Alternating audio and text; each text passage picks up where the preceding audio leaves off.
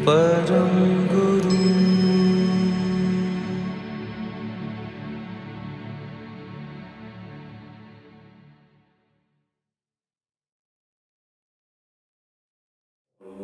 आज से लगभग 2500 वर्ष पहले 24वें तीर्थंकर श्री महावीर प्रभु के निर्वाण समय की बात है। भस्म ग्रह बैठने वाला था, इसलिए शक्रेंद्र ने आकर प्रभु से विनंती की कि हे प्रभु, केवल 2 घड़ी की आयु बढ़ा दें तो वो पंचम काल के अनेक जीवों के कल्याण का कारण होगा। वीर ने कहा, ये मेरी शक्ति नहीं है, ऐसा न कभी हुआ है और न होगा। इस प्रकार ये पंचम काल का आरंभ हुआ, जो हुंडा अवसर पीणी काल के नाम से जाना जाता है, जहां चारों ओर अज्ञान रूप अंधकार फैल गया है। इस दुष्म काल में भी इस संसार के अनेक पुण्यहीन जीवों के कल्याण के लिए श्री महावीर प्रभु के अंतिम शिष्य ने भारत वर्ष के सौराष्ट्र प्रदेश में ववाणिया नाम के गांव में वणिक श्री पंचाण भाई मेहता के महान भाग्यशाली परिवार में जन्म लिया। श्री पंचाण भाई वैष्णव धर्म का पालन करते थे, पर उनके पुत्र श्री रौजी भाई का विवाह जैन कुटुंब में जन्मे हुए देवबाई के साथ हुआ था। श्री रौजी भाई साधु संतों की खूब सेवा करते थे और गरीबों को अनाज तथा कपड़े आदि दिया करते थे। श्री देवमां अपने सास और ससुर की खूब सेवा करती थी। श्री रौजी भाई के यहाँ एक वृद्ध व्यापारी आते थे। एक बार वे बहुत बीमार हो गए, तब देवमां ने उनकी बहुत सेवा चाकरी की। देवमां उनके लिए शिरा बनाकर अपने हाथों से खिलाते थे। वे बहुत अशक्त थे। उन्होंने देवमां से कहा कि तुम मेरी बहुत सेवा करती हो, प्रभु, तुम्हारे यहां महान भाग्यशाली पुत्र का जन्म हो, ये मेरा बेटा देव तुम्हें आशीर्वाद है।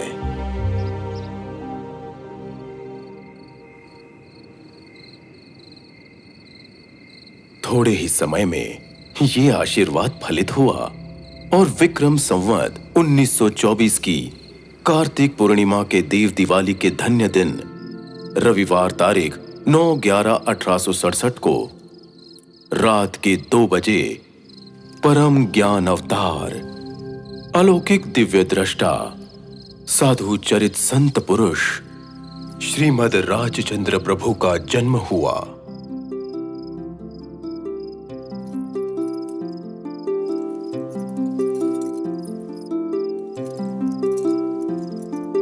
लाख लाख दिवड़ानी जोत प्रगटावजो,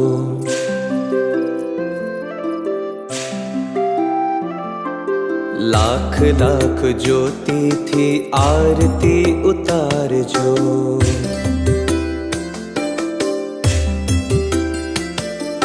लाख लाख दिवड़ानी जोत प्रगटावजो, लाख लाख ज्योति थी आरती उतारजो। कोटि कोटि करजो प्रणाम, कोटि कोटि करजो प्रणाम, कोटि कोटि करजो प्रणाम, कोटि कोटि करजो प्रणाम। आज दिन सोनानो उग्यो, आज दिन सोनानो उग्यो, आज मैं हमोती न बरस्या, आज मैं हमोती न बरस्या। राजमन मंदिर पधारया, राजमन मंदिर पधारया। श्रीमत को जन्म नाम लक्ष्मी नंदन दिया गया। समय बीतने पर वे रायचंद भाई के नाम से प्रसिद्धि पाकर अंत में श्रीमद राजचंद्र के नाम से जगत में विख्यात हुए। श्रीमत के दादाजी श्री पंचाण भाई श्री कृष्ण के भक्त थे। उनके साथ श्रीमद भी प्रतिदिन श्री कृष्ण के दर्शन हेतु जाया करते थे। समय समय पर श्रीमद धर्म कथा श्रवण करते थे। श्रीमद की माताजी जैन संस्कार लाए थे। बाल योगी श्रीमद में वैष्णव एवं जैन धर्म दोनों संस्कारों का सिंचन हुआ था।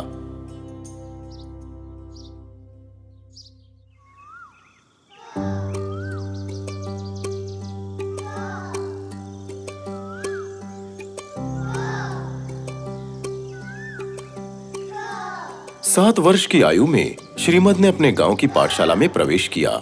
ज्ञानी को भला क्या पढ़ना, अंक 1 से 10 तक तथा 12 खड़ी जो शिक्षक महोदय पढ़ाते गए त्यों तो श्रीमद बताते जाते थे कि ये तो मुझे आता है। फिर पुस्तक से पाठ पढ़ने के लिए कहा तो वो भी बिना रुके पढ़ लिया। इसके बाद पुस्तक एक और रख दी और जितने पाठ उन्होंने पढ़े थे उन सभी पाठों को उसी क्रम से बिना कोई भूल के सुनाया। इस हकीकत से शिक्षक महोदय को बहुत ही आश्चर्य हुआ कि आज से ही ये विद्यार्थी पढ़ने आया है और ये कैसे संभव हुआ। ये कोई दैवी पुरुष है ऐसा लगता है।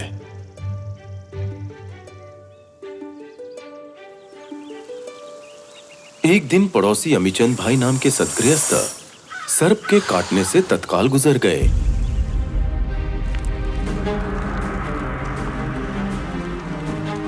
श्री अमीचंद भाई के गुजर जाने की खबर सुनकर श्रीमद घर आए और उन्होंने दादाजी से पूछा, दादा गुजर जाना क्या होता है? दादाजी ने कहा, उनमें से प्राण निकल गए, अब वह चल फिर या बोल नहीं सकेंगे या खाना पीना कुछ भी नहीं कर पाएंगे, इसलिए उन्हें तालाब के पास के स्मशान में जला देंगे। स्मशान में जलाने की बात सुनकर श्रीमद सोच में पड़ गए। थोड़ी देर घर में इधर उधर घूमकर दबे पांव तालाब चले गए। तालाब पर 2 शाखा वाले बबूल के पेड़ पर चढ़कर देखा तो सचमुच चिता जल रही थी और कुछ लोग आसपास बैठे हुए थे। ये देखकर श्रीमद गहरी सोच में पड़ गए कि ऐसे मनुष्य को जला देना ये कितनी क्रूरता, ऐसा क्यों हुआ इत्यादि विचार करते हुए आत्मा के निर्मल दशा के कारण अज्ञानता का पर्दा हट गया और केवल 7 वर्ष की आयु में जाति स्मरण ज्ञान उत्पन्न हुआ।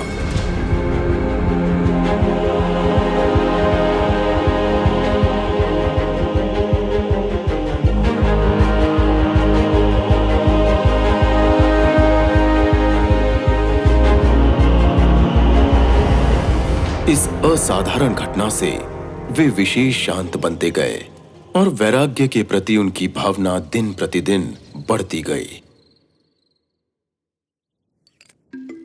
8 वर्ष की आयु से ही उन्होंने कविता लिखने की शुरुआत की। प्रथम वर्ष में उन्होंने 5000 कड़ियों की रचना की। 9वें वर्ष में उन्होंने रामायण और महाभारत छोटे छोटे पद्यों में रचे। 10वें वर्ष में प्रवेश करते ही उनमें अद्भुत वाक्छटा वक्तृत्व कला का विकास हुआ।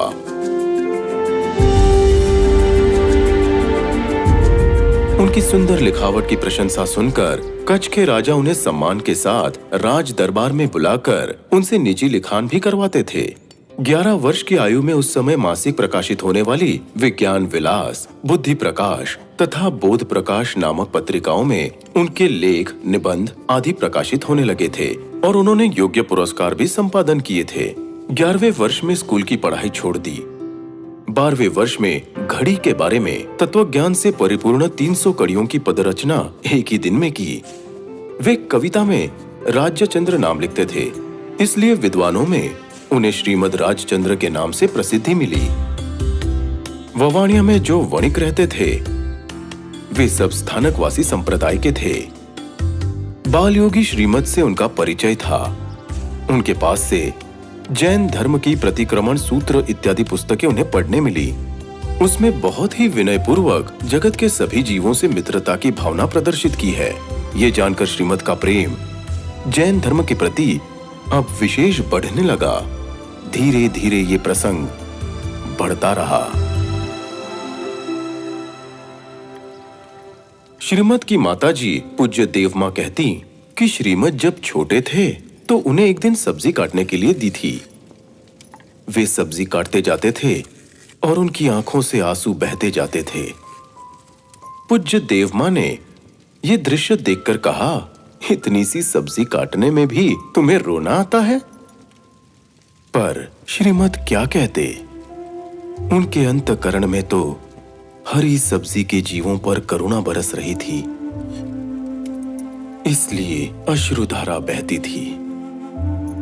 ज्ञानी की ये अंतर्वेदना कौन समझे?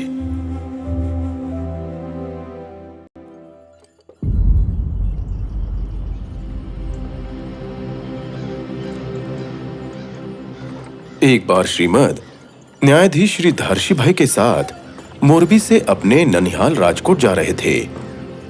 रास्ते में श्रीमद के साथ वार्तालाप में उनकी बुद्धि से प्रभावित होकर अपने साथ राजकोट में रहने के लिए धारशी भाई ने कहा। तब श्रीमद ने कहा, नहीं, मैं अपने ननिहाल में ही रहूंगा।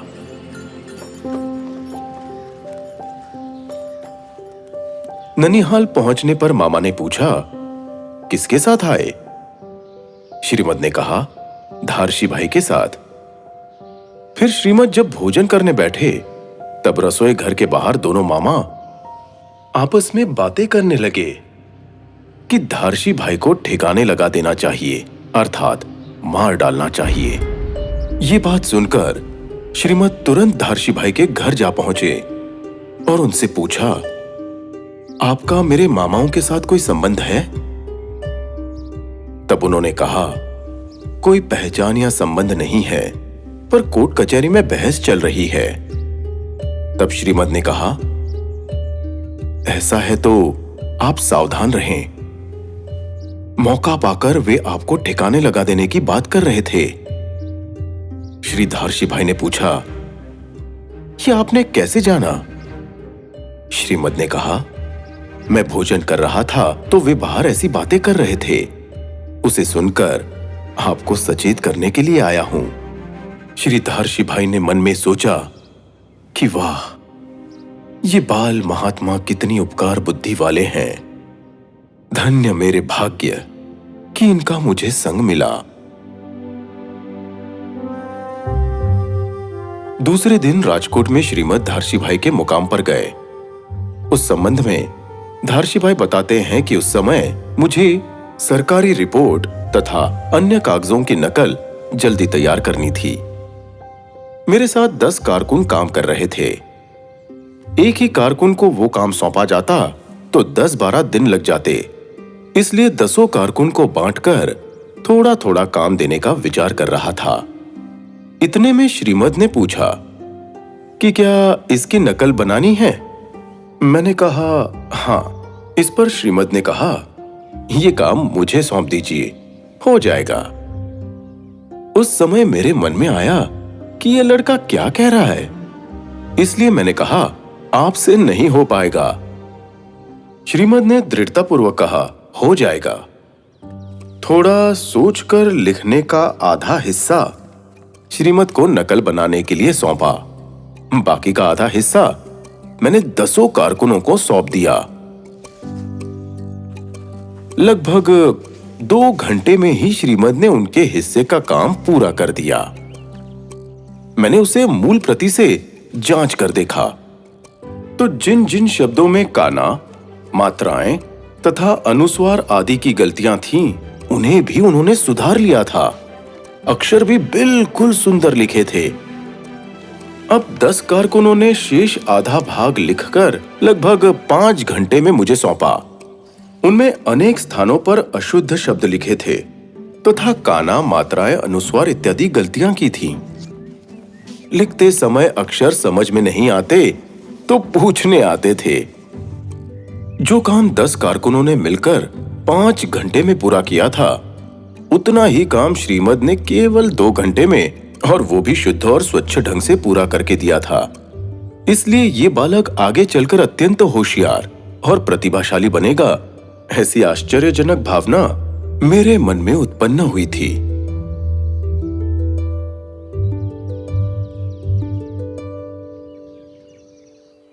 श्रीमद ने राजकोट से वापस ववाणिया जाने का सोचा तो ननिहाल से सफर के लिए मामा ने मिठाई का डिब्बा दिया। डिब्बा लेकर सबसे विदा ली। अंत में श्रीमद धारशी भाई से भी मिलने गए। श्री धारशी भाई को श्रीमद महापुरुष है जब से ऐसा लगा, तब से वे उन्हें गद्दी पर बिठाकर स्वयं पूज्य भाव से नम्रता पूर्वक उनके सामने बैठने लगे।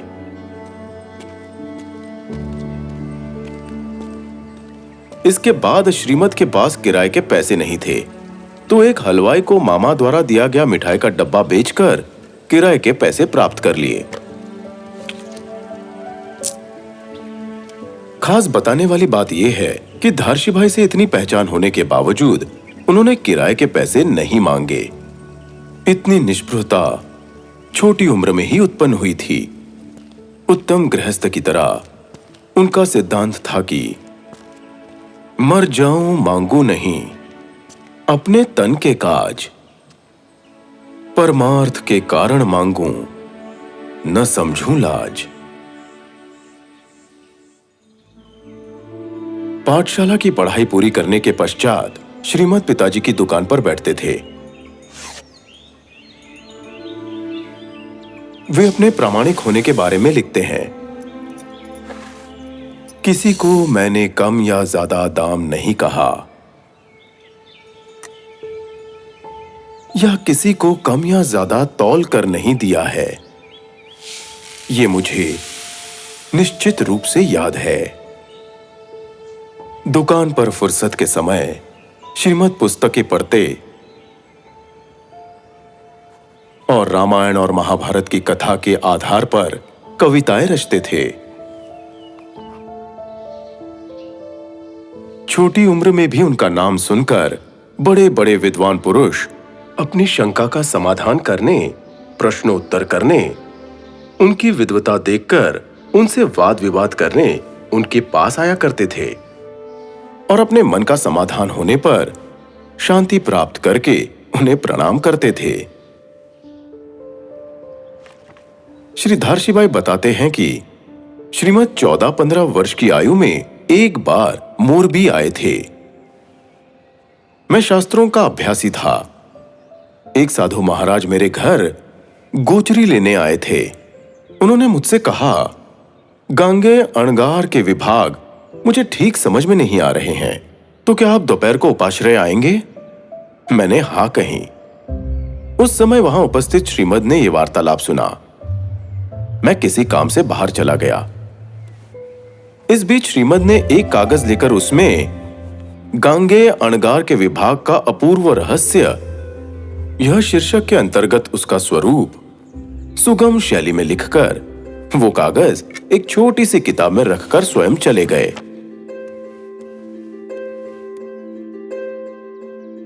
मैं बाहर से आ रहा था। उसी समय बरामदे से घर में एक बकरी ने प्रवेश किया और उसने किताब को मुंह में पकड़ लिया। उस बकरी को भगाते समय उसके मुंह से किताब नीचे गिर गई। उसमें से श्रीमद का लिखा हुआ गांगे अणगार के विभाग वाला कागज भी बाहर निकल आया। उसे लेकर पढ़ते हुए मेरे आश्चर्य का ठिकाना न रहा।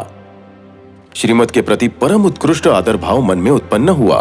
अति उल्लास भाव में आकर उन्हें बुलाने के लिए तुरंत चपरासी को भेजा। श्रीमद ने घर में प्रवेश किया तो मैंने उन्हें साष्टांग दंडवत नमस्कार किया। उनके चरणों में गिरकर अपनी अविनय की क्षमा मांगी। फिर विनती करके गांगे अणगार के विभाग का रहस्य उनके पास से 2 घंटे तक अद्भुत अमृतवाणी में सुनकर रोमांच खड़े हो गए। उस समय से श्रीमद को अपने तरन तारनहार गुरु के स्थान पर स्वीकार किया। श्रीमद ने 15 साल की उम्र तक तो बहुत सारे विषयों के बारे में ज्ञान संपादन कर लिया था। उसके बाद जैन, बौद्ध, वेदांत, सांख्य, योग तथा चारवाक, इन 6 दर्शनों के मुख्य ग्रंथों का अवलोकन कर लिया। जैन धर्म के प्रति उन्हें संपूर्ण विश्वास हो गया। इसके फलस्वरूप 16 वर्ष और 5 महीने की आयु में संवत 1940 में मोरबी में श्री पोपट भाई दफ्तरी के मकान में श्रीमद ने 3 दिन में मोक्षमाला नामक ग्रंथ को 108 पाठों में लिखकर प्रकट किया, जिसमें उन्होंने जैन धर्म के सिद्धांतों को सरल भाषा में समझाया है। वड़वा में श्रीमद ने एक बार श्री लल्लू जी मुनि को बताया कि कम उम्र में हमने मोक्षमाला की रचना की। उस वक्त श्री राम का योग वशिष्ठ रामायण के वैराग्य प्रकरण में जैसा वर्णन है वैसा वैराग्य हमें था। उस दौरान जैन आगम को मात्र 1.25 वर्ष में हमने अवलोकन कर लिया था। ऐसा तीव्र वैराग्य था कि हमने भोजन किया है या नहीं ये भी हमें पता नहीं रहता था।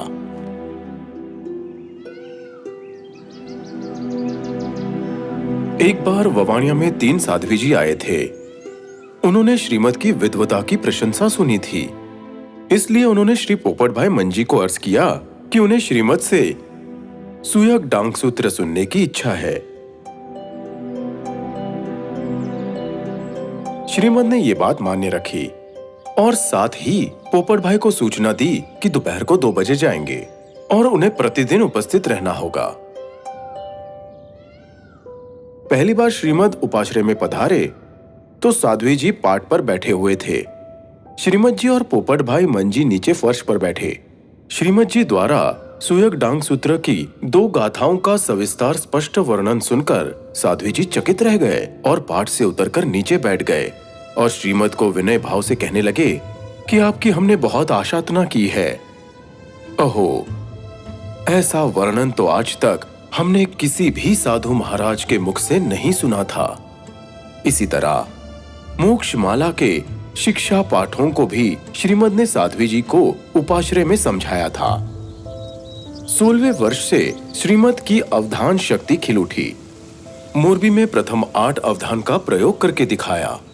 अवधान का अर्थ है बिना भूल किए अनेक कार्यों को एक साथ याद रखकर एक ही समय में करके बताना।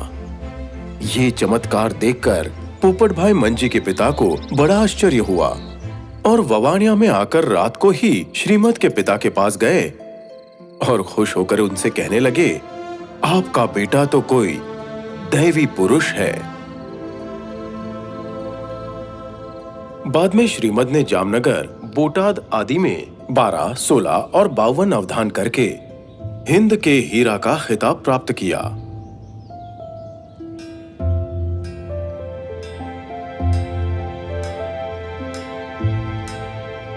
श्रीमद ने बोटाद में अपने एक मित्र लक्षाधिपति शेठ श्री हरिलाल शिवलाल के समक्ष 52 अवधान करके दिखाया, जो इस प्रकार था।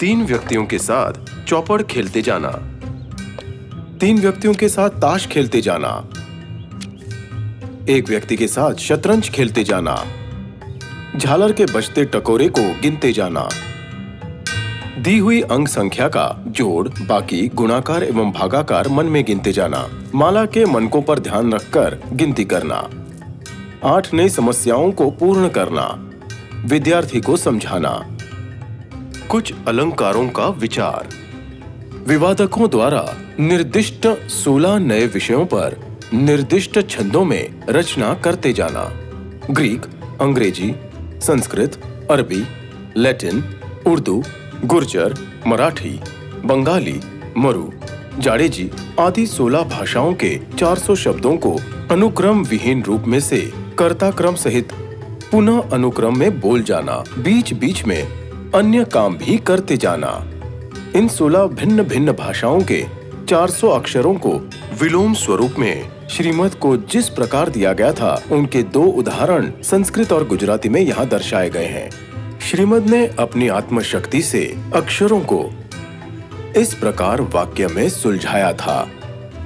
शेष 14 भाषाओं की विलोम स्वरूप में सुने हुए अक्षरों के आधार पर सही स्वरूप में वाक्य या काव्य में सुनाया था। इस प्रकार 52 कार्यों की शुरुआत एक साथ की थी। एक कार्य का कोई भाग पूरा करके किसी दूसरे कार्य का कोई भाग किया, इसके बाद तीसरे, चौथे, 5वें का थोड़ा भाग करके फिर पहले, दूसरे, तीसरे आदि सभी कार्यों को पूरा होने तक कर दिखाया था। एक स्थान पर उच्च आसन पर बैठकर सभी कार्यों में मन और दृष्टि को सक्रिय किया था। कार्यों के बारे में ना कहीं कुछ लिखा था, ना ही दूसरी बार पूछा था। फिर भी अपनी याददाश्त के बल पर सारे 52 कार्यों को एक एक करके श्रीमद ने पूरा किया था।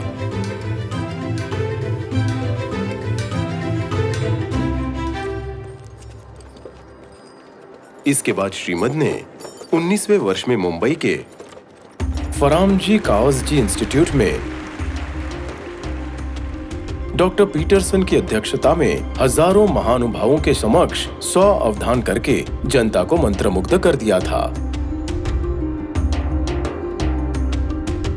सर चार्ल्स ने उनसे यूरोप में जाकर अपनी इस आत्मशक्ति को दर्शाने की सिफारिश की थी, पर ज्ञान को बेचकर कीर्ति या कंचन इकट्ठा करने की लालसा श्रीमद में तनिक भी नहीं थी। इस अवधान से श्रीमद की प्रशंसा मुंबई समाचार, जामे जमशेद, इंडियन स्पेक्टेटर आदि अखबारों में खूब होने से श्रीमद की यश कीर्ति का सुवर्ण सूर्य उदित हुआ। अब शीघ्र कवि और विद्वान के अलावा शतावधानी के रूप में श्रीमद ने प्रसिद्धि प्राप्त की। जनता ने उन्हें साक्षात सरस्वती का खिताब देकर स्वर्ण चंद्र प्रदान किया था।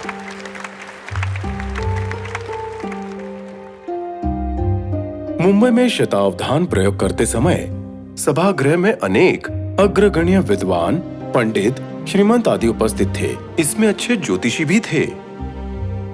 एक बार 10 विद्वान ज्योतिषियों ने मिलकर श्रीमद के ग्रह देखे। उसके बारे में श्रीमद अपने बहनोई राजमान चत्रभुज बेचर को लिखते हैं, मेरे ग्रहों को 10 विद्वानों ने मिलकर परमेश्वर ग्रह ठहराया है। वैराग्य में झूमता हूं, आशु प्रज्ञ राजचंद्र। शतावधान करने के बाद श्रीमद अनेक बड़े बड़े लोगों के संपर्क में आए। टाटा जमशेद जी नाम के पारसी गृहस्थ ने विलायत से मंगाए हुए फर्नीचरों तथा अनेक वस्तुओं से सज्ज अपना बंगला श्रीमद को दिखाया। श्रीमद ने बंगले को देखने के बाद कहा कि इसे भोगने वाला कौन होगा? ये शब्द टाटा के हृदय को स्पर्श कर गए। इसलिए उन्होंने अपनी संपत्ति से बहुत परोपकार किया। 1 साल के बाद श्रीमद जब 20 वर्ष के हुए तब अवधान भी आत्मोन्नति में बाधक जानकर उसे भी श्रीमद ने त्याग दिया था। ज्योतिष शास्त्र का अभ्यास भी उन्होंने किया था। हाथ, मुख आदि का अवलोकन करके वे भविष्य बता सकते थे। अल्प समय में ही श्रीमद ने ज्योतिष के ग्रंथों का अवलोकन कर लिया। पूर्वधारी श्री भद्रबाहु स्वामी कृत संस्कृत में लिखे हुए अपूर्व ग्रंथ भद्रबाहु संहिता का भी गहन अध्ययन कर लिया। श्रीमद के ज्योतिष ज्ञान की प्रशंसा से उनके स्नेही, आप्तजन और अन्य लोगों ने भी लाभ लिया।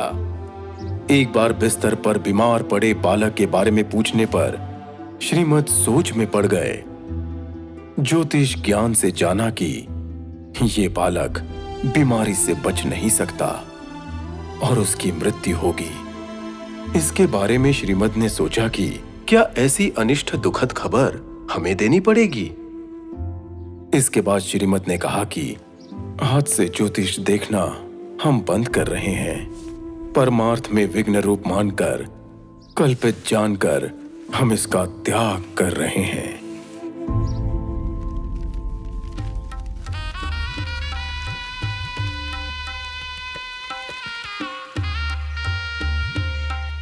श्री रीवा शंकर भाई जगजीवन दास मेहता के बड़े भाई पोपटलाल भाई की महान भाग्यशाली पुत्री झपक बाई के साथ 20वें वर्ष में श्रीमद का शुभ विवाह संवत 1944 की माघ सुदी 12 के दिन मोरबी में हुआ था।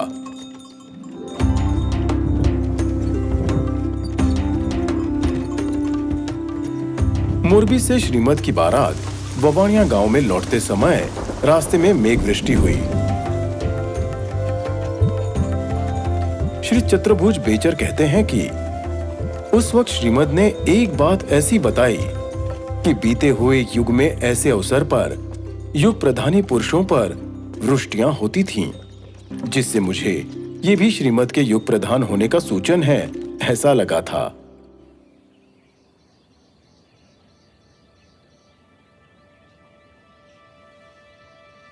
श्री रेवाशंकर जगजीवन श्रीमद के चचेरे ससुर हुए, तब से वे श्रीमद के निकट संपर्क में आए।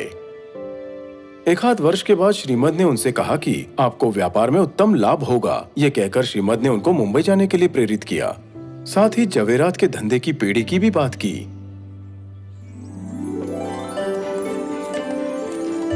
उसके अनुसार रेवाशंकर भाई वकालत छोड़कर संवत 1945 के आषाढ़ में मुंबई आए।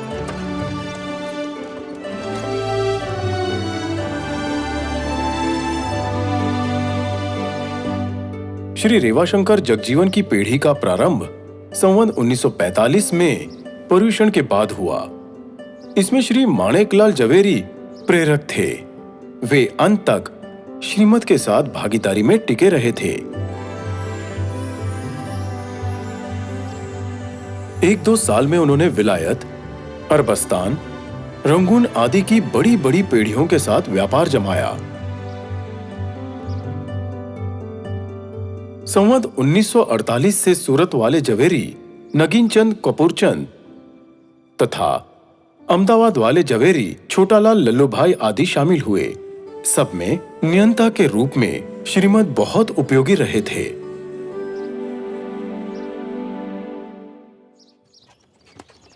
मुंबई में एक बार वे शाम को घूमने गए थे।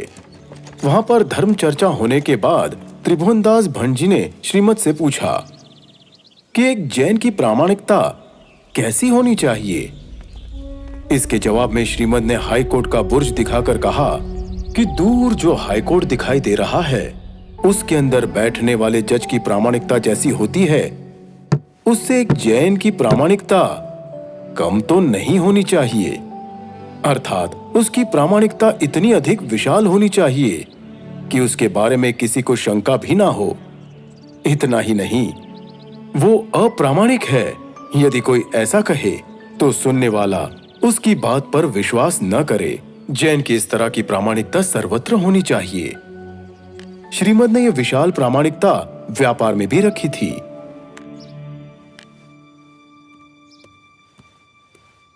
एक बार एक भाई श्रीमद के पास मोती बेचने के लिए आए।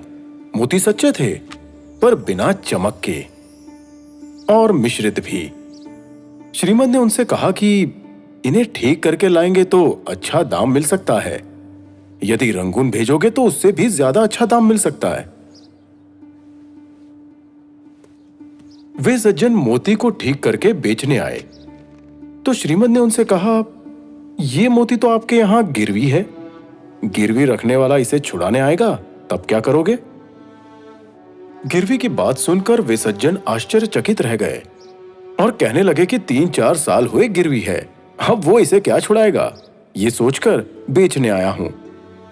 श्रीमद ने मोती लेकर उसकी कीमत अदा कर दी।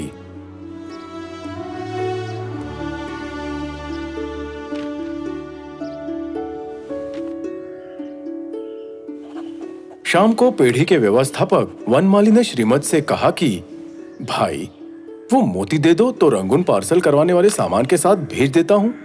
तब इस पर श्रीमद ने कहा, आज नहीं।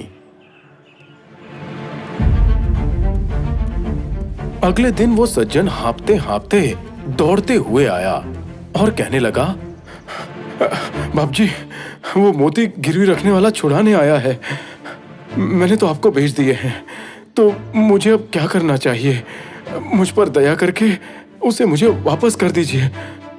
श्रीमद ने कहा, मैंने आपसे कल ही तो कहा था, आपने मुझे बेचा है, उसमें से मुझे अच्छा फायदा होगा, पर आप उसे वापस लेने आए हैं तो खुशी से ले जाइए, हमें किसी का दिल दुभाना नहीं है।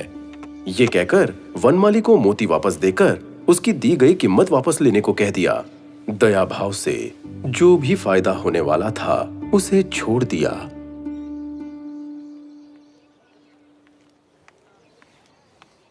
मुंबई में एक अरब को अपने बड़े भाई की तरह मोती का बड़ा व्यापार करने की इच्छा हुई। उसने श्रीमत के पास आकर अपना माल दिखाया। श्रीमत ने दाम तय करके वो माल खरीद लिया और कीमत दे दी। पैसे लेकर अरब अपने घर आया। घर आकर अपने बड़े भाई को सब बताया। उसने जिसका ये माल था उसका पत्र दिखाकर कहा कि उसे इतनी कीमत मिले बिना ये माल नहीं बेचना, ऐसी शर्त रखी थी। अरे तूने ये क्या किया? ये सुनकर वो घबराया। तुरंत श्रीमत के पास आकर वो गिड़गिड़ाने लगा और कहा कि मैं तो आफत में आ पड़ा हूं। श्रीमत ने कहा, ये रहा आपका माल। ये कहकर उन्होंने माल उसे सौंप दिया और पैसे गिन लिए। बहुत मुनाफा होने वाला था पर जाने दिया। तब से वो अरब श्रीमत को खुदा के समान मानने लगा।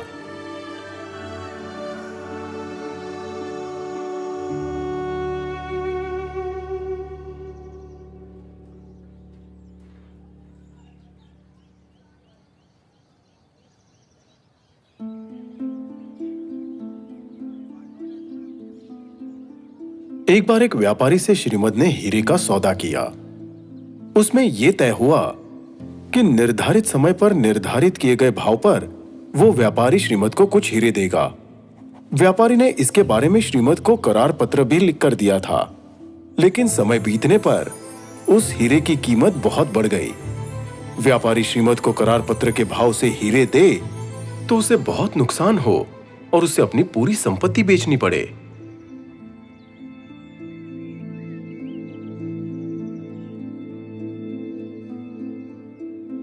श्रीमत को जब हीरे के बाजार भाव का पता चला तो वे तुरंत ही उस व्यापारी की दुकान पर पहुंच गए।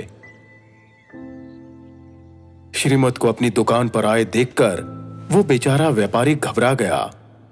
वो गिड़गिड़ाकर बोला, रायचंद भाई, हमारे बीच हुए हीरे के सौदे को लेकर मैं बहुत चिंतित हो गया हूं। मेरा जो होना है वो हो, लेकिन आप निश्चिंत रहे कि मैं बाजार भाव से सौदा चुका दूंगा। आप चिंता ना करें। ये सुनकर श्रीमत ने करुणा भरे स्वर में कहा, वाह भाई, मैं चिंता क्यों ना करूं? आपको सौदे की चिंता होती हो तो मुझे क्यों नहीं होनी चाहिए? पर हम दोनों की चिंता का मूल कारण तो ये कागज है ना, इसे ही फाड़ दूं तो हम दोनों की चिंता मिट जाएगी। ये कहकर श्रीमत ने करार पत्र फाड़कर फेंक दिया। इसके बाद श्रीमत ने कहा, भाई, इस करार पत्र के कारण आपके पास से मेरे 60-70 हजार लेने निकलते हैं। इतना सारा रुपया मैं आपके पास से लूं तो आपकी क्या हालत होगी? रायचंद दूध पी सकते हैं, खून नहीं। वो व्यापारी तो आभारी होकर फरिश्ते के समान श्रीमत को देखता रहा।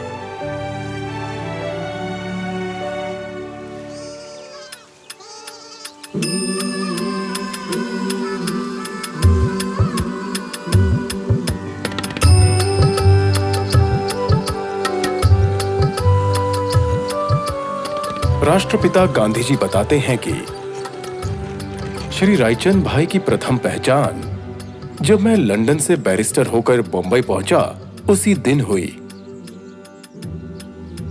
किसी की सूचना से श्रीमत जी को मैंने अलग अलग भाषाओं में अनेक शब्द कहे। वो ये शब्द किसी भी भाषा में क्यों ना हो, तो भी जिस क्रम में मैं कहूंगा उसी क्रम में वो दोहराएंगे। अलग अलग भाषाओं के शब्द पहले तो मैंने लिख लिए, क्योंकि मुझे उनका क्रम कहां याद रहने वाला था, और फिर मैंने उन शब्दों को पढ़ लिया। उसी क्रम में श्रीमत जी ने आसानी से एक के बाद एक सभी शब्द कह दिए। मैं बहुत खुश हुआ, चकित हुआ, और श्रीमत जी की स्मरण शक्ति के बारे में मेरा उच्च अभिप्राय दिल में स्थापित हुआ।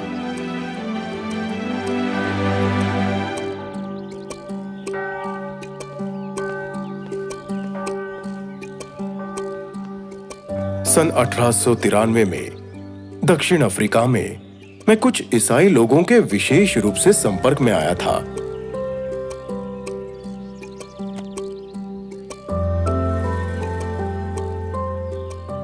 मैंने ईसाई तथा मुस्लिम धर्म की पुस्तकें पढ़ी।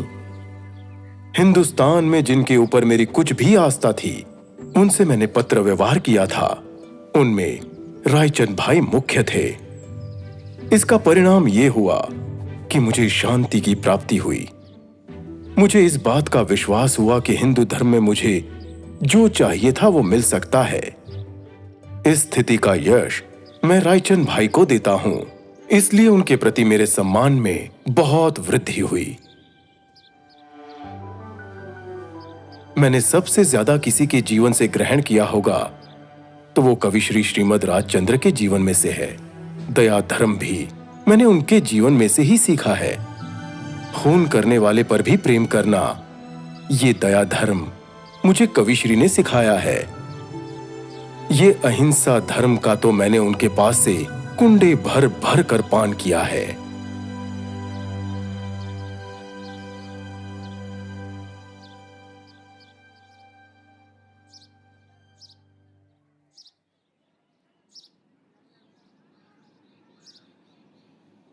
एक बार मुंबई में ऐसी खबर आई कि अश्विन सुदी दशमी को दशहरे के दिन धर्मपुर में 108 भैंसों का वध होता है। उन्हें बचाने के लिए श्रीमद ने प्रमुख व्यक्तियों के बीच व्याख्यान दिया कि धर्मपुर में सभा बुलानी चाहिए और वहां श्री माणिकलाल घेला भाई को भेजना चाहिए तथा उसके बारे में मुंबई के धर्माचार्यों से वेदांत के सिद्धांत भी निकलवाए। उन्हें पढ़ने पर अर्थ का अनर्थ होता जान के परम कृपाणु देव उन्हें समझाते भी थे। उसके संबंध में भाषण करने का काम जारी रखा था तथा कुछ लालची लोगों को पैसे भी देते थे।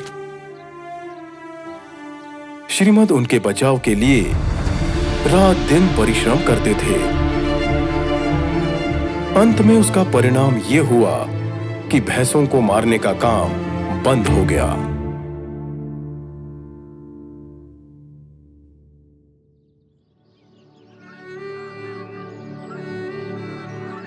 एक बार श्रीमद अपने बहनोई श्री टोकरशी मेहता और पुत्र श्री छगन भाई को ईडर के पहाड़ पर साथ ले गए थे। वहां एक शिला पर दोनों को बिठाकर कहा कि मैं सामने वाली गुफा में जा रहा हूं और 1 घंटे के बाद आऊंगा। आप लोग यहीं बैठे रहना। इधर सामने से एक बाघ पानी पीने निकलेगा, पर आप घबराना मत।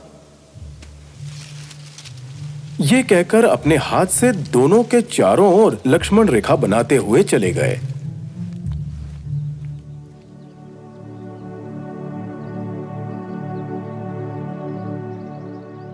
कुछ देर के बाद बाघ को आते हुए देखा, लेकिन परम गुरु के प्रताप से बिना डरे वे बैठे रहे। बाघ शांति से पानी पीकर चला गया।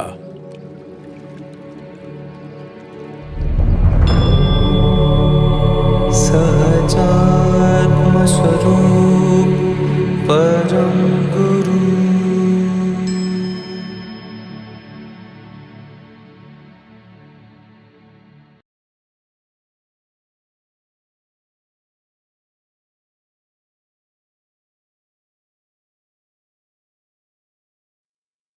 सहजात्म स्वरूप परम गुरु। अब श्रीमद की भक्ति से आत्मज्ञान प्राप्त किया है ऐसे 4 भक्त रत्नों के समागम के प्रसंगों को देखते हैं।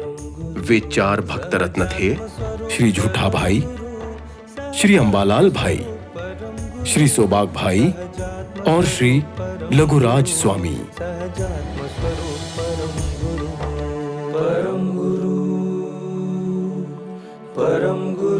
पहले श्री झूठा भाई के प्रसंग देखते हैं। वे अहमदाबाद के पूर्व संस्कारी, धर्मप्रिय और बुद्धिमान व्यक्ति थे। संवत 1944 में श्रीमद मोक्षमाला छपवाने के लिए अहमदाबाद पधारे थे। वहां श्रेष्ठ श्री जयसंग भाई तथा भाई श्री झूठा भाई वगैरह का आना होता था। श्रीमद उनके मन की बातों को जानकर प्रकट कहते थे। इससे समागम में आने वाले लोगों को आश्चर्य होता था। लोगों में वे विद्वान और महान व्यक्ति है ऐसी छाप पड़ी थी। शेठ श्री दलपत भाई भगु भाई को श्रीमद ने अवधान करके दिखाया था ये देखकर और प्रतिदिन के परिचय से श्रीमत के सम्यक दर्शनादि अंतरंग आत्मगुणों की यथार्थ पहचान श्री जूठाभाई को हुई थी।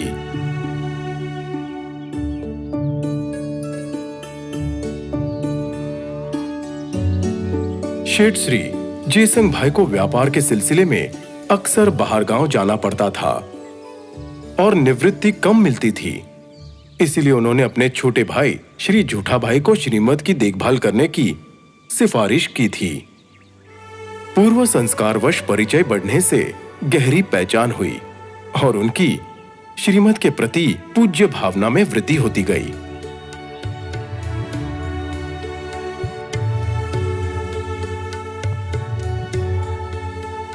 एक बार शेठ श्री दलपत भाई का पुस्तक भंडार देखने श्रीमत श्री जूठाभाई के साथ पधारे।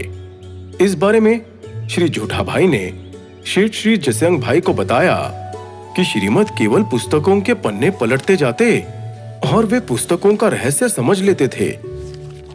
इसके बाद श्री जूठाभाई का धर्म के संबंध में श्रीमत के साथ पत्र व्यवहार बढ़ गया। उस समय श्री जूठाभाई का स्वास्थ्य नरम रहता था, पर श्रीमत के वचनों से उनकी वैराग्य वृत्ति में बहुत वृद्धि हुई थी। मात्र 23 वर्ष की अल्पायु में श्री जूठाभाई ने अनुपम समाधि मरण साध्य किया। उनके बारे में वचनामृत पत्रांक 117 में श्रीमद लिखते हैं कि जिनकी मिथ्या वासना बहुत क्षीण हो गई थी, जो वितराग का परम रागी था, संसार से परम जुगुप्सित था, जिसके अंतर में भक्ति का प्राधान्य सदैव प्रकाशित था, धर्म के पूर्ण आह्लाद में आयुष्य अचानक पूर्ण किया।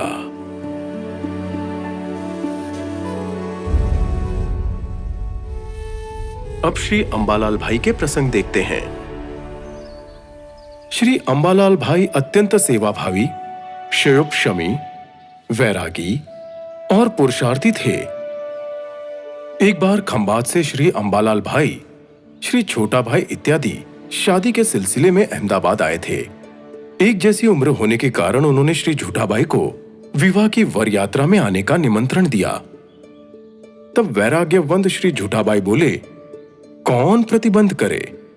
यह सुनकर विशेष जानने की इच्छा से श्री जूठाभाई ने श्रीमत के गुणगान किए और उनके आए हुए पत्रों को पढ़ाया, जिससे श्री अंबालाल भाई वगैरह को भी धर्म का रंग लग गया। उनके अक्षर मोती के दाने जैसे होने से उनके पास श्रीमद पत्रों की नकल करवाकर योग्य जीवात्माओं को भिजवाते थे। परम कृपाणु देव के साथ निवृत्ति स्थान पर रहकर उनका भोजन आदि भी वे स्वयं बनाते थे। सत्पुरुष की सेवा के कारण उन्होंने ऐसी लब्धि प्राप्त की थी कि श्रीमद जो उपदेश देते थे उसे 8 दिन के बाद भी अपने हाथ से अक्षराक्षर लिखकर ला सकते थे। परम कृपाणु देव के प्रताप से उन्हें सम्यक दर्शन की प्राप्ति हुई थी। केवल 37 वर्ष की आयु में उन्होंने भी परम कृपाणु देव का स्मरण करते हुए खंभात में अलौकिक समाधि मरण साध्य किया था।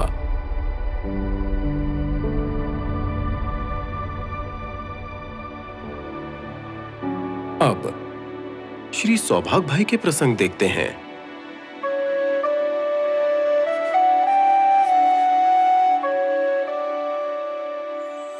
सायला गांव के निवासी श्री लल्लू भाई को एक जैन साधु पुरुष ने बीज ज्ञान दिया था। उन्होंने उसे अपने पुत्र श्री सौभाग भाई को दिया और बताया कि यदि कोई योग्य व्यक्ति मिले तो उसे ये बीज ज्ञान देना है। तो सौभाग भाई, जो श्रीमत से 44 वर्ष बड़े थे, श्रीमद राजचंद्र की शतावधानी, विद्वान, तत्वज्ञानी और कवि के रूप में ख्याति सुनकर उन्हें बीज ज्ञान देने के लिए विक्रम संवत 1946 में मोरबी गए। श्रीमत से मिलने गए तो वे दुकान पर बैठे थे। श्री सौभाग भाई ने जो ही दुकान में प्रवेश किया कि श्रीमत ने कहा, हाँ ये सौभाग भाई। इससे सौभाग भाई को बड़ा आश्चर्य हुआ कि मुझे ये पहचानते नहीं। फिर भी नाम लेकर कैसे पुकारा? श्री सौभाग्य भाई कुछ पूछे उससे पहले ही श्रीमद ने कहा, इस गल्ले में एक कागज है, इसे निकालकर पढ़िए। उसे उन्होंने पढ़ा तो जो बीज ज्ञान वे देने आए थे वही उसमें लिखा था। यह देखकर उनके आश्चर्य का ठिकाना नहीं रहा। ये कोई अलौकिक ज्ञान प्राप्त महापुरुष है, इन्हें मैं क्या बताऊं? फिर भी श्रीमद के ज्ञान की विशेष परीक्षा करने के लिए उन्होंने पूछा, साइला में हमारे घर का दरवाजा किस दिशा में है? श्रीमद ने अंतर ज्ञान से जानकर कहा, उत्तर दिशा में। यह सुनकर श्री सौभाग्य भाई की श्रीमद के प्रति पूज्य भावना उत्पन्न हुई। श्री सौभाग्य भाई को श्रीमद की ज्ञान शक्ति के प्रति बहुत ही भक्तिभाव उत्पन्न हुआ और 3 नमस्कार किए। उस समय श्रीमद भी किसी अपूर्व समाधि में लीन हो गए। श्री सौभाग्य भाई को अंतिम अवस्था में बुखार रहता था, इसलिए उनके पुत्रों को श्रीमद ने विश्वास दिलाया कि उन्हें कुछ नहीं होगा, आप चिंता मत करना। ये कहकर श्रीमद उन्हें 10 दिन तक साइला से इडर एकांत में ले गए।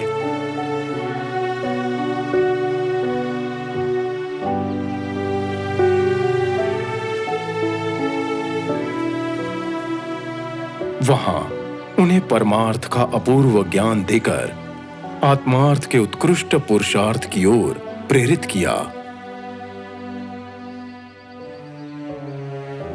तथा मुंबई से भी उन्हें समाधि मरण के लिए खास पत्र लिखे। इसके फलस्वरूप में अपूर्व समाधि मरण श्री सौभाग्य भाई ने 74 वर्ष की आयु में साध्य किया।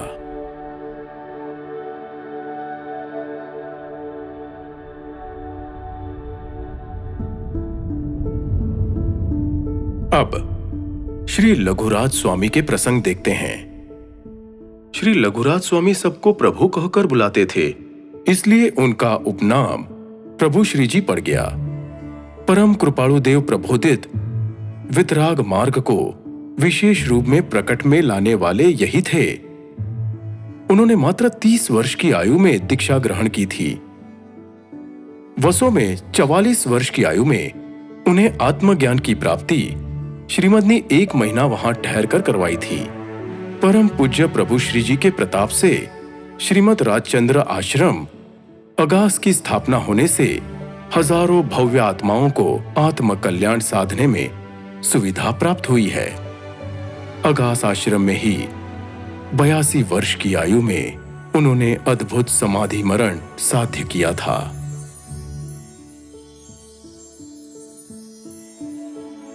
खंबात के एक स्थानक वासी उपाश्रय में निचले खंड में एक कोने में श्री लल्लू जी मुनि और शास्त्राभ्यासी श्री दामोदर भाई भगवती सूत्र के पन्ने पढ़ रहे थे।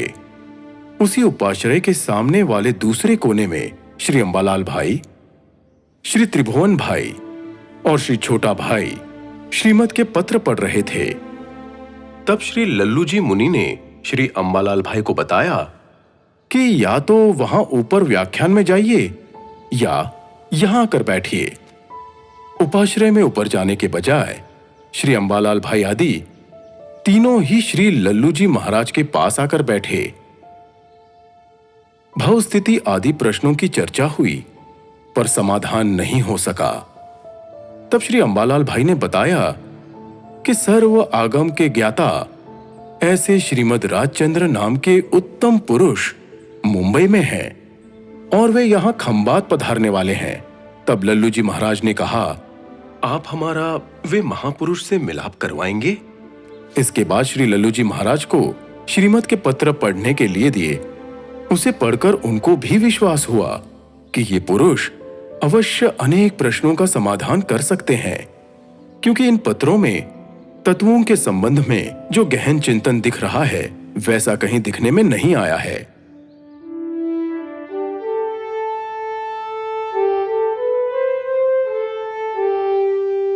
इसके बाद विक्रम संवत 1946 में श्रीमद का खंबात में पहला आगमन हुआ।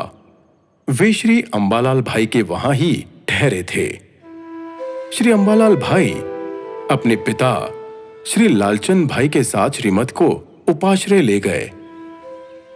श्रीमद ने अवधान करना छोड़ दिया था, परंतु श्री लालचंद भाई तथा श्री हरकचंद जी महाराज के आग्रह से उपाश्रय में उस दिन श्रीमद ने अष्टावधान करके दिखाए।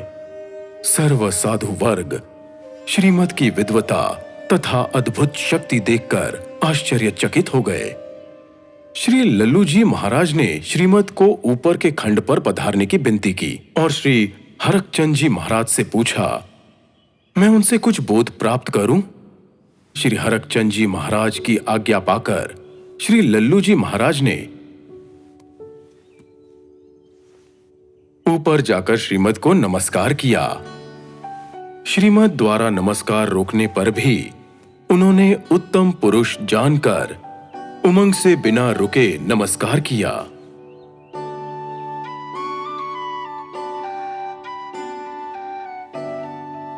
श्रीमद ने लल्लू जी स्वामी से पूछा, आपकी क्या इच्छा है? स्वामी जी ने विनयपूर्वक हाथ जोड़कर याचना की कि संकेत और ब्रह्मचर्य की दृढ़ता ये मेरी इच्छा है। श्रीमद थोड़ी देर मौन रहे और कहा, ठीक है। फिर स्वामी जी के दाएं पैर का अंगूठा खींचकर श्रीमद ने ध्यान से देखा। हूँ तो दोष अनंतनु और उठकर दोनों नीचे चले गए। श्री अंबालाल के घर जाते समय श्रीमद ने बताया, ये पुरुष श्री लल्लू जी मुनि संस्कारी है। ऐसी रेखा लक्षण धारण करने वाला पुरुष संसार में उत्तम पद प्राप्त करता है और धर्म में आत्मज्ञानी मुनि होता है। दूसरे दिन श्री लल्लू जी स्वामी श्रीमद के समागम के लिए श्री अंबालाल के घर गए। वहां श्रीमद ने एकांत में उनसे पूछा, आप हमें सम्मान क्यों देते हैं? स्वामी जी ने कहा, आपको देखकर अति हर्ष एवं प्रेम आता है और मानो आप हमारे पूर्व भव के पिता हो, इतना अधिक भाव आता है। किसी प्रकार का भय नहीं रहता। आपको देखते ही ऐसी निर्भयता आत्मा में आती है। श्रीमद ने फिर पूछा, आपने हमें कैसे पहचाना? स्वामी जी ने कहा, अंबालाल भाई के कहने से आपके बारे में जाना। हम अनादिकाल से भटक रहे हैं, इसलिए हमारी संभाल लीजिए।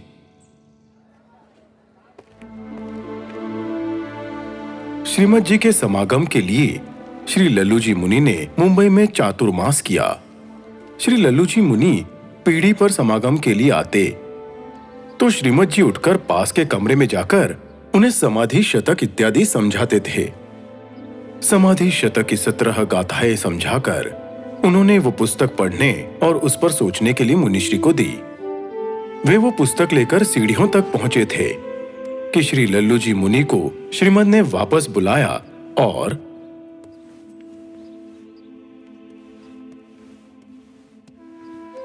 वापस बुलाकर समाधि शतक के प्रथम पृष्ठ पर यह अपूर्व मंत्र लिखकर दिया, आत्म भावना भावता जीव, लहे केवल ज्ञान रे।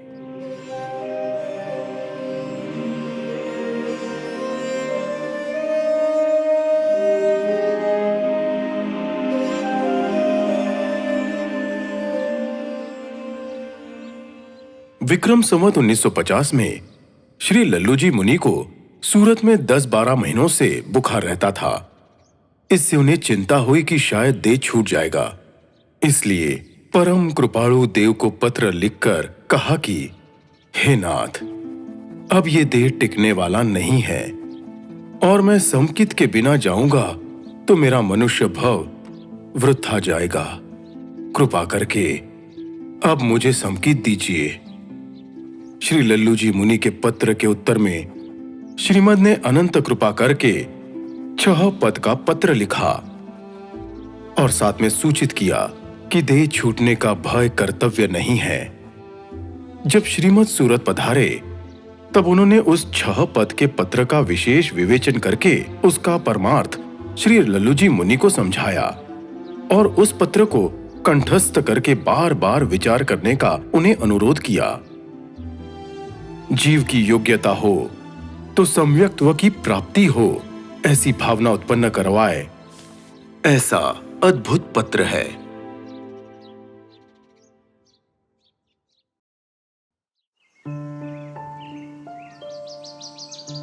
संवत 1952 में खंबात के पास आए हुए राड़ज गांव में श्रीमद एकांत निवृत्ति के लिए ठहरे थे। वहां मुमुक्षुओं को बोध भी मिलता था। इस बात की जानकारी होने पर श्री लघुराज स्वामी खंबात से चलते चलते राड़ज की सीमा तक आ पहुंचे। फिर उन्होंने एक आदमी को भेजकर श्री अंबालाल भाई को बुलाया और श्रीमद की आज्ञा मंगवाई। जैन मुनि चातुर्मास में विहार करके दूसरे गांव में नहीं जा सकते, ऐसा आचार है। इसलिए श्रीमद ने अंबालाल भाई के द्वारा कहलवाया कि यदि मुनिश्री के चित्त में असंतोष रहता हो तो मैं उनके पास आकर दर्शन कराऊं, और उनके चित्त में शांति रहती हो तो भला होगा कि वापस चले जाएं। आज्ञा का पालन हो वैसे मुझे करना चाहिए, इसलिए मैं वापस चला जाता हूं। ऐसा कहकर खेद खिन्न होकर आंखों से गिरती आंसुओं के साथ श्री लघुराज स्वामी खंबात वापस लौटे। उन्होंने वो रात बड़ी मुश्किल से व्यतीत की।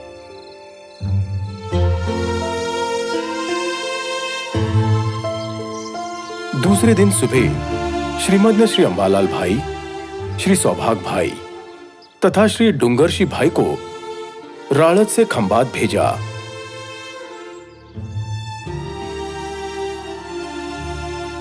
श्री सौभाग भाई ने उपाश्रय में जाकर श्री लघुराज स्वामी को आश्वासन के रूप में कहा कि परम कृपालु देव आपको समागम कराएंगे और कहने योग्य जो बातें कही हैं वो आपको अकेले में ही बतानी है। इसलिए वो दोनों श्री अंबालाल भाई के घर जाकर एकांत में बैठे। श्री सौभाग भाई ने श्रीमद का बताया हुआ सजात्म स्वरूप परम गुरु ये मंत्र कह सुनाया।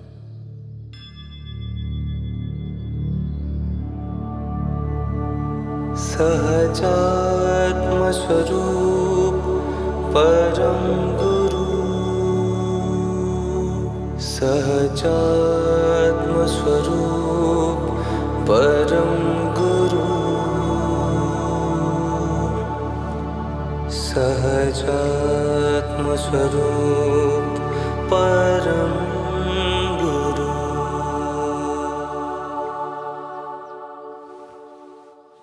और 5 माला रोज गिनने की आज्ञा दी है, ऐसा कहा। श्री लघुराज स्वामी को इससे बहुत संतोष हुआ और परम कृपालु देव का समागम होगा ये जानकर बड़ी खुशी हुई।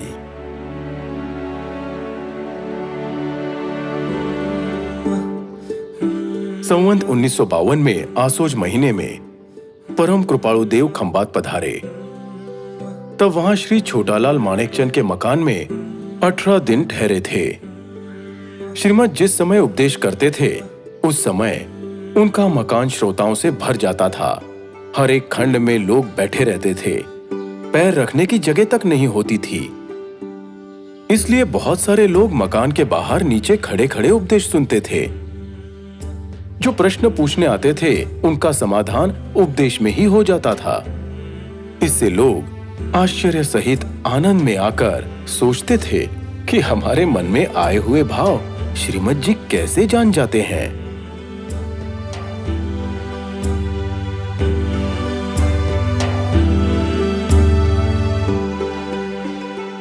श्रीमद संवत 1952 में खंबात पधारे। तब श्री सौभाग भाई भी वहां आए थे। श्री सौभाग भाई ने श्रीमद से विनती की कि यह 6 पद का पत्र मुझे याद नहीं रहता, यदि काव्य के रूप में हो तो आसानी से मुखपाट हो सकता है।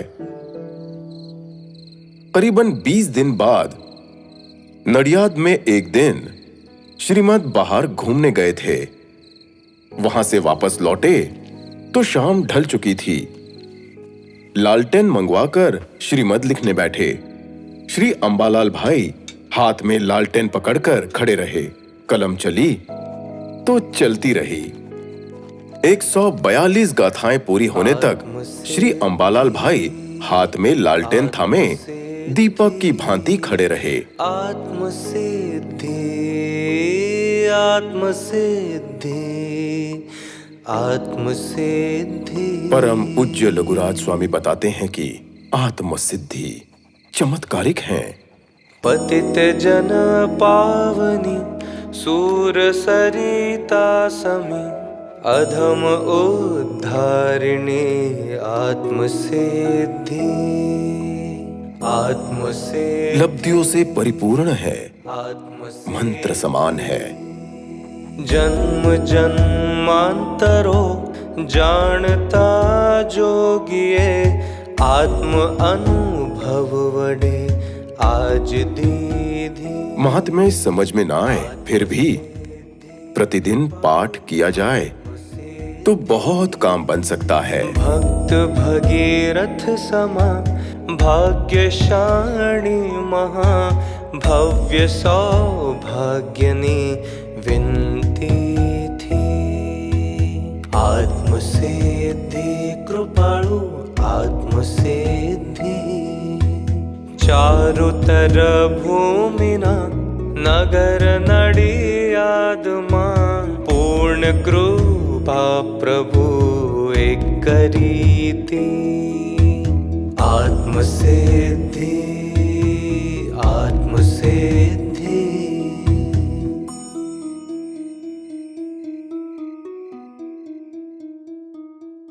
श्री शंकर भाई अजू भाई कहते हैं, एक बार काविठा के पाठशाला के बच्चे कृपाणु देव के पीछे पीछे जंगल में गए।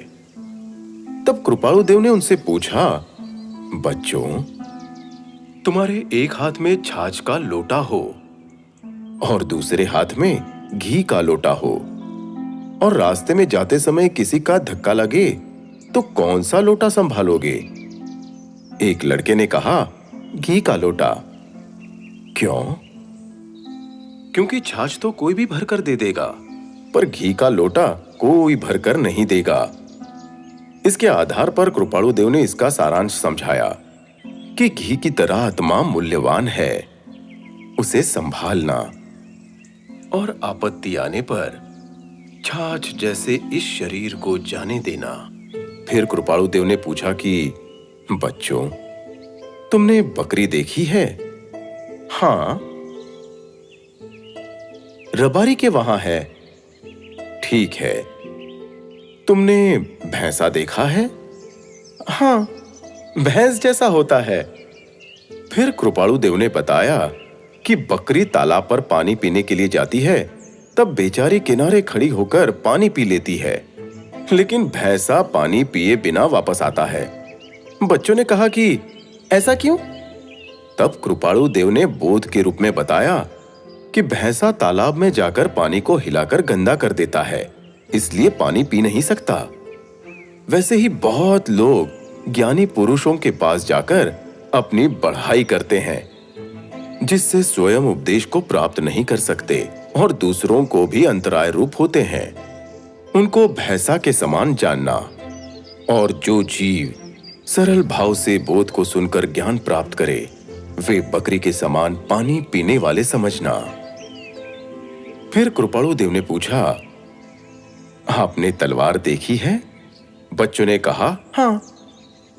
इस पर कृपाणु देव बोले, वह म्यान से जैसे अलग है, वैसे ही तलवार के जैसी आत्मा ऊपर से म्यान की तरह शरीर के रूप में एक रूप दिखाई देने पर भी वह आत्मा म्यान से तलवार की भांति अलग है, ऐसा जानना। भास्यो देहाध्यास थी आत्मा देह समान रे पढ़ते बन्ने भिन्न छे प्रगट लक्षण भान रे राजराजेश्वर देशना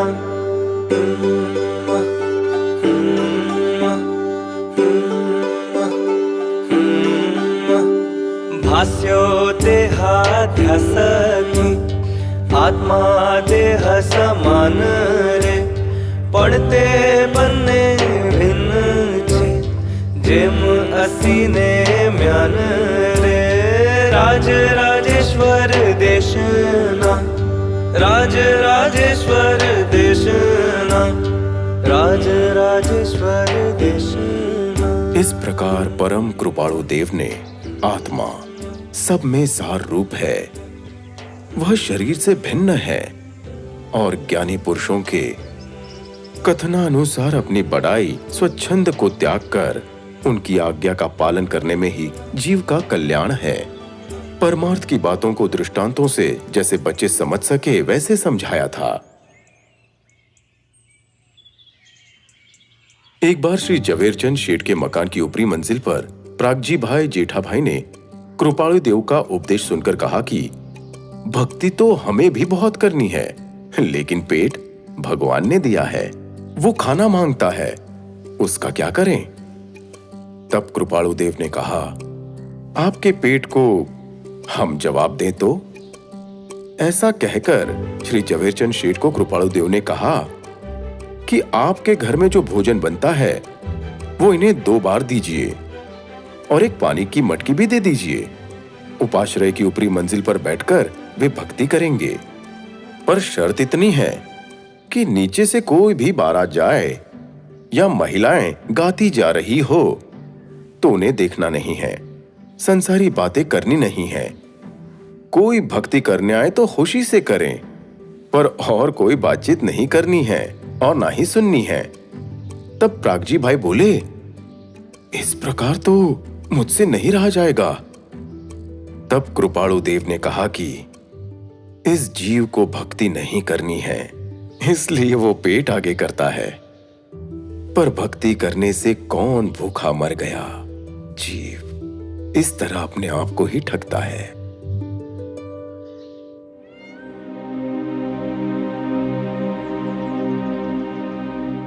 श्री हीरालाल नरोत्तम दास बताते हैं कि वढ़वान कैंप में मुमुक्षों के बीच में परम कृपाणु देव द्वारा स्थापित श्री परम श्रुत प्रभावक मंडल के खाते की टिप्पण चल रही थी। उस वक्त मेरे मन में विचार आया कि परम कृपाणु देव आज्ञा करे तो मेरे अंगत इकट्ठे किए हुए करीबन 25-30 रुपए हैं, वे सब इस खाते में देकर मैं कृतार्थ हो जाऊं। इतने में परम कृपाणु देव ने कहा कि यह टिप्पण हीरा भाई को पढ़ने दो, उसमें बड़ी बड़ी रकम लिखी हुई देखकर अपनी छोटी सी रकम क्या हिसाब में। ऐसा जानकर मैं संकुचित मन से मौन रहा। तब परम कृपाणु देव ने कहा कि हीरा भाई, संकुचित होने जैसी कोई बात नहीं है। आपकी पेटी में निजी 51 रुपए हैं। आपने अपने सारे पैसे अर्पण करने का विचार किया है, जबकि दूसरे भाइयों ने अपनी रकम का थोड़ा भाग ही अर्पण किया है, इसलिए दूसरों की अपेक्षा से आपकी रकम ज्यादा हुई। साहेब जी की यह बात सुनकर मैंने 51 रुपए टिप्पण में लिखवा दिए। फिर अहमदाबाद जाकर मेरी निजी पेटी खोलकर मैंने गिनती करके देखा तो रुपए, पैसे, पाई आदि सब मिलाकर पूरे 51 रुपए हो गए। उसमें एक पाई भी ज्यादा या कम ना निकली। इससे मैं बहुत चकित हुआ।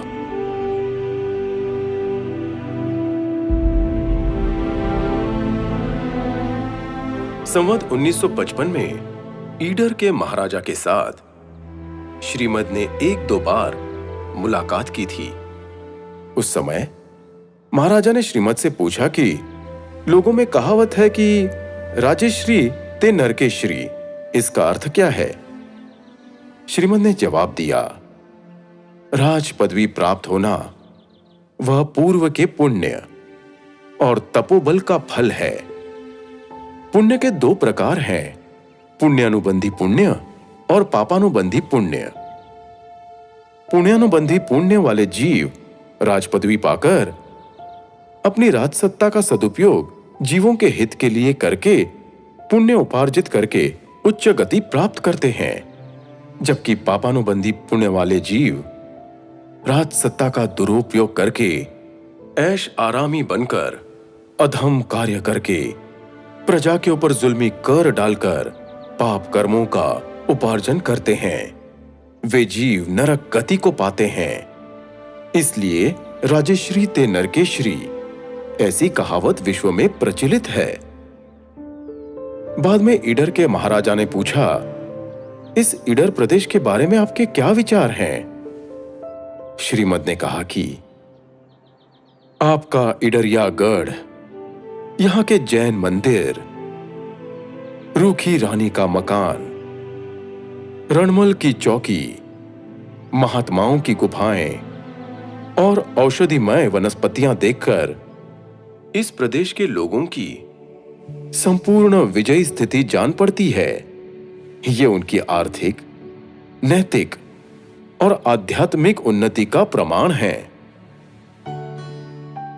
फिर श्रीमद ने कहा, जैन धर्म में 24 तीर्थंकर हुए हैं। उनमें से 24वें तीर्थंकर भगवान महावीर का नाम आपने सुना होगा। जिन शासन को पूर्ण प्रकाश में लाने वाले वे अंतिम तीर्थंकर भगवान महावीर स्वामी और उनके शिष्य गौतम आदि गणधरों यहां विचरे थे, ऐसा महसूस होता है। उनके शिष्यों निर्वाण को प्राप्त हुए।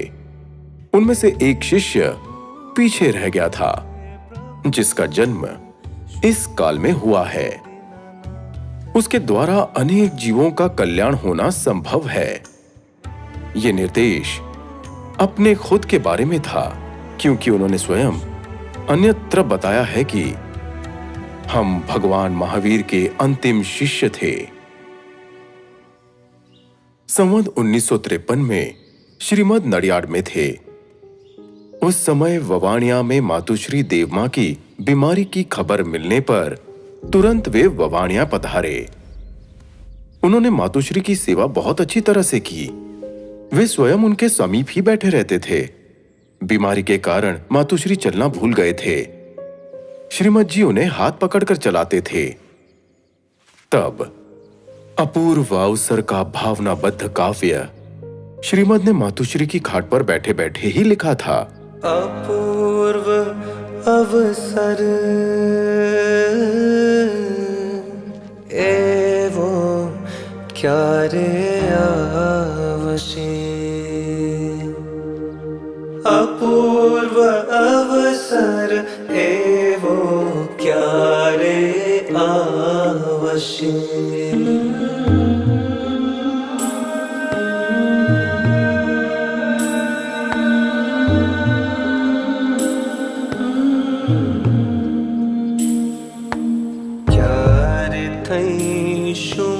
बायांतर निर्ग्रंथ जो सर्व संबंधन बंधन तीक्षण छेदिने। विचर शोकव महत पुरुष ने पंथ जो। अपूर्व अवसर एवो क्या रे आवशे। अपूर्व अवसर एवो क्या रे आवशे। राष्ट्रपिता गांधी जी बताते हैं कि जो वैराग्य अपूर्व अवसर की पंक्तियों में झलक रहा था, उसे मैंने श्रीमद के 2 वर्ष के गाढ़ परिचय के दौरान प्रत्येक क्षण में उनके अंदर देखा था।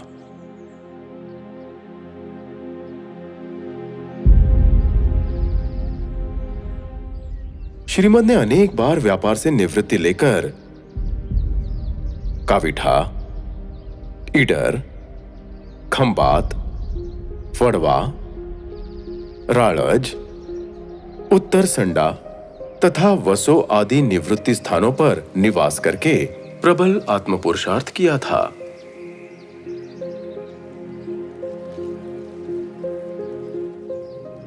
एक दिन श्रीमद ने माताजी से कहा, माता जी, आप हमें आज्ञा दें तो हमें साधु बनकर जंगल में जाना है। माताजी ने कहा, भाई, मैं तुम्हें आज्ञा कैसे दूं? क्या साधु बना जाता है? भाई, ऐसा क्यों कहते हो? माताजी की आंखों से आंसू निकल पड़े। फिर श्रीमद ने कहा कि मां, जिंदा जोगी, किसी दिन आपको उसका मुंह देखने मिलेगा और आपके दरवाजे पे आएगा। उसके बाद श्रीमद ने किसी राजा का दृष्टांत दिया। माताजी की आंखों से आंसुओं की धारा बहने लगी। फिर श्रीमद ने कहा कि मां, आपको जो ठीक लगे वैसा, अब मैं नहीं बोलूंगा। आप मन में दुख ना लगाएं।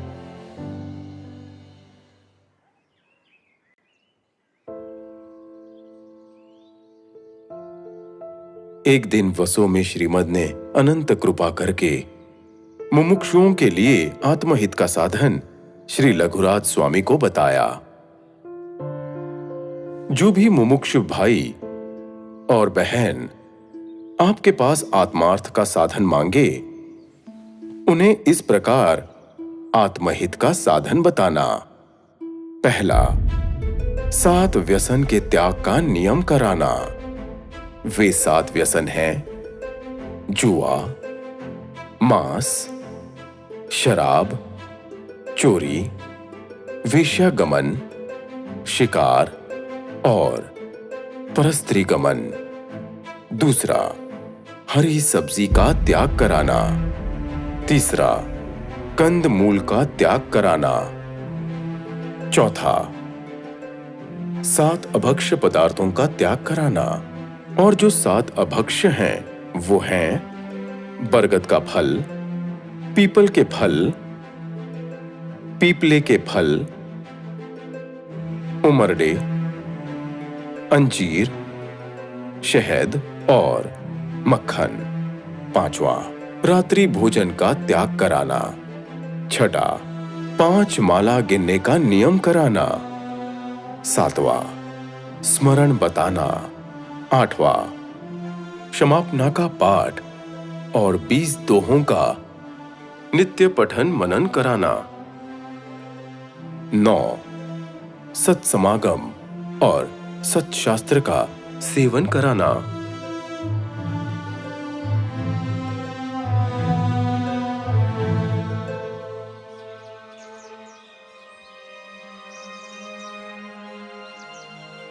संवत 1954 में श्रीमद उत्तर संडा में अवधूत योग मुद्रा में रहते थे। उस समय सेवा में केवल मोतीलाल भावसार को ही रहने की आज्ञा थी।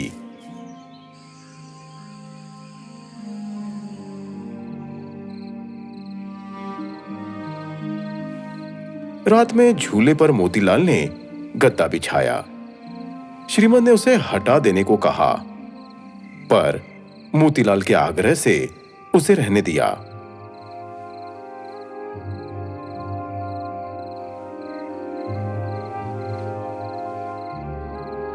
रात को जांच करने पर देखा तो वो गद्दा झूले के पास नीचे पड़ा था। मच्छर काट रहे थे। श्रीमद गाथाओं की धुन में लेटे हुए थे। इसके बाद धोती ओढ़ाकर मोतीलाल अंदर जाकर सो गए। रात को फिर से देखा तो श्रीमद गाथाओं की धुन में बैठे थे और उनको ओढ़ाई हुई धोती नीचे पड़ी थी। मोतीलाल ने फिर से धोती उन पर ओढ़ाकर कहा कि मच्छर बहुत है, पर उन्होंने कोई ध्यान नहीं दिया। श्रीमद शरीर की परवाह किए बिना धर्म ध्यान में रात को भी लीन रहते थे।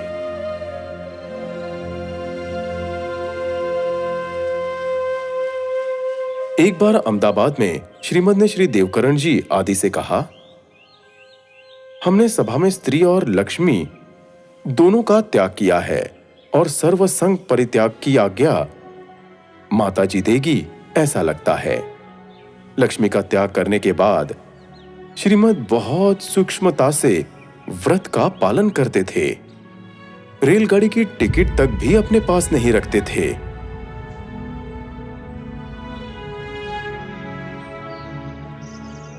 सन 1957 में अहमदाबाद में आगा खान के बंगले पर श्रीमद अपनी मातोश्री और पत्नी सहित पधारे थे। उस समय श्री लल्लूजी स्वामी आदि मुनि चातुर्मास पूर्ण करके अहमदाबाद आए। उस वक्त श्रीमद के पास हाथ से लिखे हुए 2 बड़े दिगंबरी ग्रंथ ज्ञानार्णव तथा स्वामी कार्तिकेयानुप्रेक्षा थे। उसमें से ज्ञानार्णव नाम का ग्रंथ अपने मातोश्री देवमां के हाथ से मुनिश्री लल्लूजी स्वामी को और कार्तिकेयानुप्रेक्षा नामक ग्रंथ अपनी पत्नी झबक बाई के हाथ से मुनिश्री देवकरण जी को अर्पण किए थे।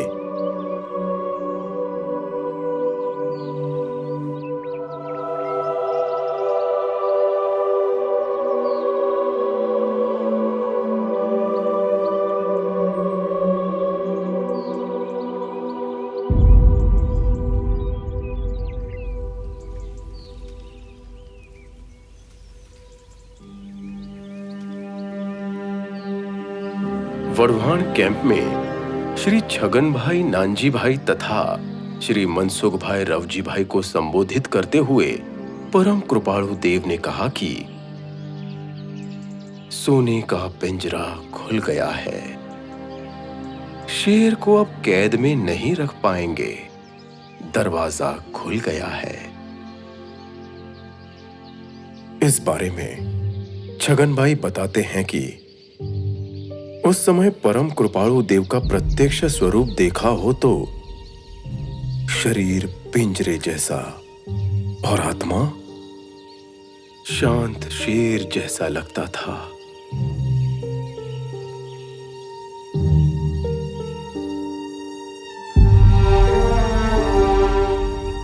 श्री मनसुख भाई बताते हैं कि देह त्याग के अगले दिन शाम को श्री रेवाशंकर भाई, श्री नरभेराम भाई, मुझे और इत्यादि भाइयों को परम कृपाणु देव ने कहा,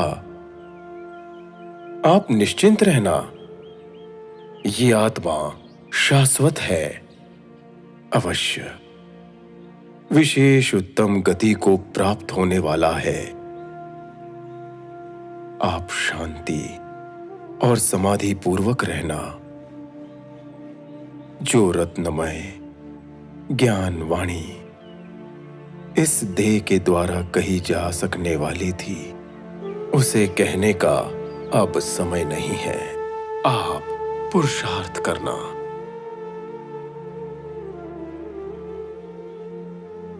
रात को 2:30 बजे अत्यंत सर्दी हुई। उस वक्त उन्होंने कहा, निश्चिंत रहना, भाई का समाधि मरण है।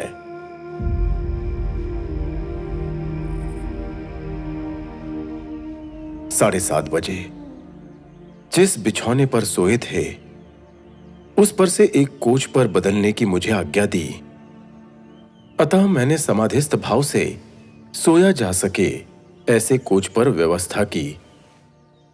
8:45 बजे श्रीमद ने कहा, मनसुख, दुखी मत होना, मां को ठीक रखना,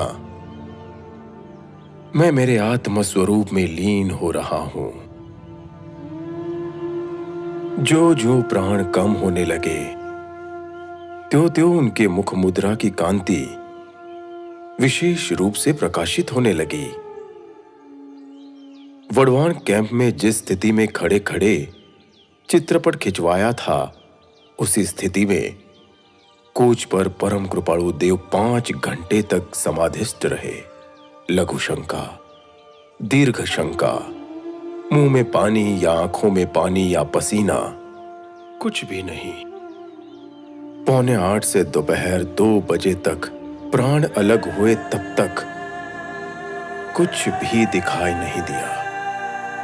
दूध पीने के पश्चात 1 घंटे में हमेशा शौच जाना पड़ता था, लेकिन आज ऐसा कुछ भी नहीं। जिस प्रकार यंत्र को चाबी देकर अधीन कर लिया जाता है, उसी प्रकार किया था।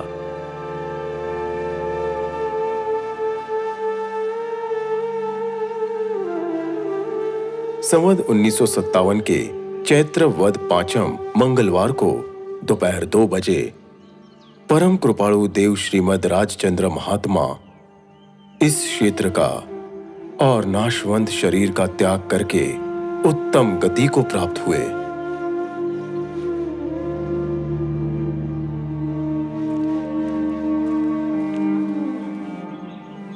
जब श्रीमद के देहांत की खबर कावीठा पहुंची, वैसे ही श्री लल्लू जी महाराज तत्काल जंगल में वापस चले गए और आहार पानी कुछ लिए बिना एकांत जंगल में ही वह वियोग का समय बिताया। उन्हें बहुत ही आघात लगा था। श्री अंबालाल भाई ने परम कृपाणु देव के वियोग से हृदय में उत्पन्न हुई असह्य विरह वेदना इस प्रकार प्रकट की है। विशाल जंगल में अति सुंदर और शांति प्रदायक एक ही वृक्ष हो, उस वृक्ष में निशंकता से, शांतिपूर्वक, कोमलता से, सुखानंद में पंछियों का समूह चहक रहा हो, वो वृक्ष अचानक दावा अग्नि से प्रज्वलित हो जाए तो उस वक्त उस वृक्ष से आनंद पाने वाले पंछियों को कितना दुख प्राप्त होगा कि उन्हें एक क्षण भी शांति नहीं होगी। आहा, उस समय के दुख का वर्णन करने में महान कवीश्वर भी असमर्थ है। वैसा ही अपार दुख घोर अटवी में इन पामर जीवों को देकर, हे प्रभु, आप कहां चले गए? हे भारत भूमि, क्या देह होते हुए भी विदेह रूप में विचरते ऐसे प्रभु का भार तुझसे सहा न गया? यदि ऐसा ही था तो इस पामर का ही भार तुझे हल्का करना था, किंतु ऐसा ना करके तूने व्यर्थ ही इसे अपनी पृथ्वी पर बोझ रूप रहने दिया। खेद, खेद और खेद। इसके बिना और कुछ नहीं सूझता। रात दिन रो रो कर गुजारता हूं, कुछ समझ में नहीं आ रहा है।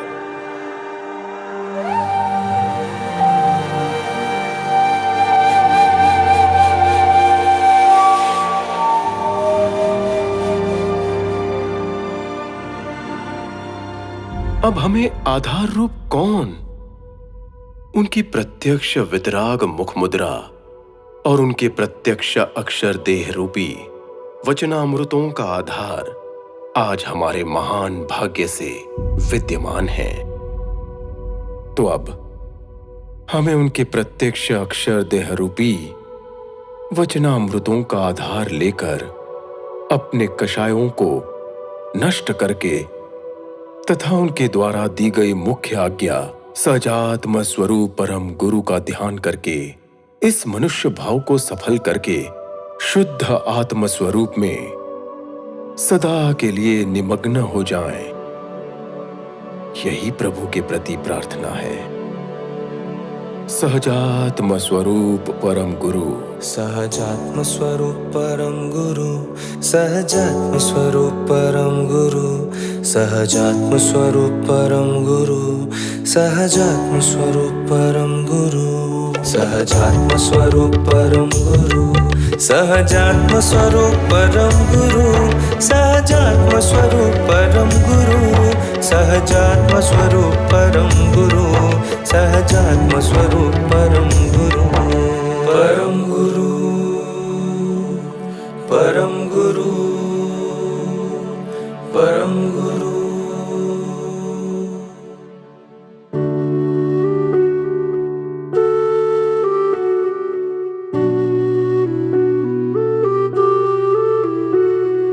हे प्रभु, हे प्रभु, शो कहूँ दीनानाथ दयाल।